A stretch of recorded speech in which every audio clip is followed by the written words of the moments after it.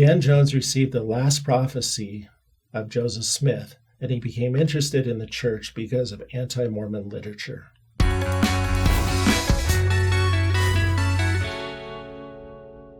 everybody, welcome back to Saints Unscripted. We're back with Brian Stutzman, and today we're talking about a figure from church history that you've probably seen on the first page of Preach My... Is it first page or is it the cover? Lesson 1, first page. Lesson 1, first page of Preach My Gospel, and he goes by the name of Dan Jones. So where do we start with Dan? Dan Jones was a phenomenal missionary in the early Restoration. He was born in Wales and came over to the St. Louis area in the 1840s. And he was a riverboat captain, and he went by the name of Captain Dan Jones. And while he was in St. Louis, he started reading anti-Mormon stories in the local newspaper that originated with a man named Thomas Sharp, who was the editor of the Warsaw Signal, Warsaw being 18 miles south of Nauvoo. That newspaper became an organ for anti-Mormon activity. It was a nemesis of Nauvoo. Well, Dan Jones read this and said, this can't possibly be true. And so when he had a chance to meet up with some Latter-day Saints, he heard the gospel message, believed it, and was baptized in a frozen Mississippi in 1843. Wow. He quickly comes up to Nauvoo a little while later, and he meets Joseph Smith, and they became fast friends. So much so that he is with Joseph Smith the night before the martyrdom in the Carthage jail. Dan Jones had been called to serve a mission in Wales. And as they lay on the floor the night before the martyrdom in Carthage jail, it's a hardwood floor, they start talking about death. So as they lay on the Carthage floor, the prophet Joseph Smith rolls out his arm and asks Dan Jones to use it as a pillow, which certainly wouldn't have been comfortable. There's mobs outside. They hear gunshots. They talk about death. And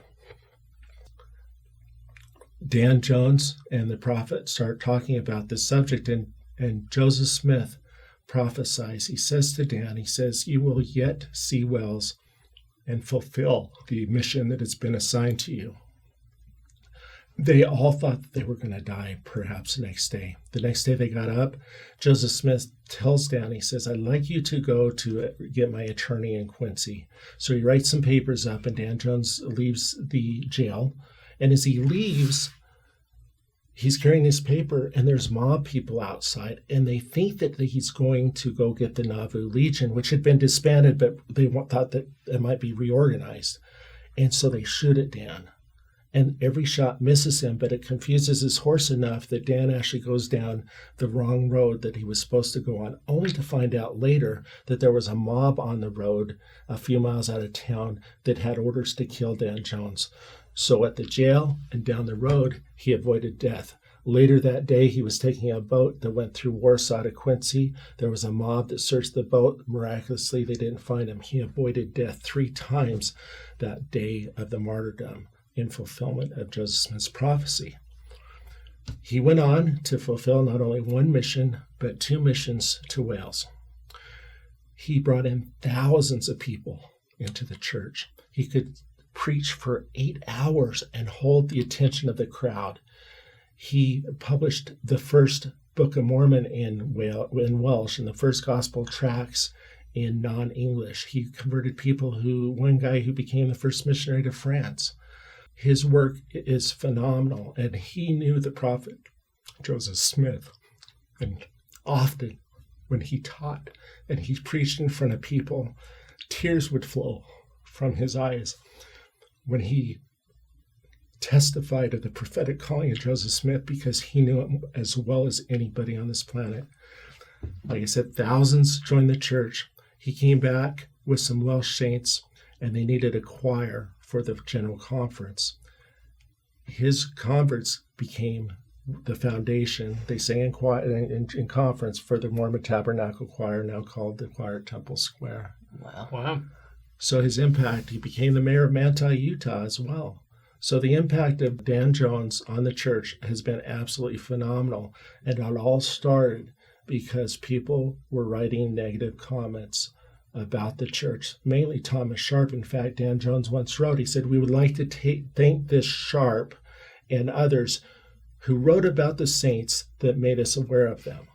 It was just so sensationalized that Dan was just like, let's figure this out. Let's see if this is true. So are we concerned when people miscategorize our church? Yeah, but sometimes good things happen. It works out in the end. And Dan Jones is a perfect example. You're right. Dan Jones is not only on the first page of the first lesson of the Preach My Gospel manual, but he's also got a big portrait in the Provo MTC as you walk in. That's Dan Jones, the great missionary, the person who received the last prophecy of the prophet Joseph Smith. Brian, thanks for being here. That was excellent. I've heard of Dan Jones. I saw him in Preach My Gospel as a missionary, but I didn't know a lot of what you were talking about there. I found a new obsession. I'm going to research his whole life story now. Is this information in your book? A little bit is. If you just Google Dan Jones, Brian Stutzman, I've got some articles out there for free that tell both about Eliza Graham, about Dan Jones, and about Warsaw. Love it. Perfect. Brian, thanks for being here with us. Thanks for having me. Absolutely. Thanks for sharing with us, guys. We'll see you next time.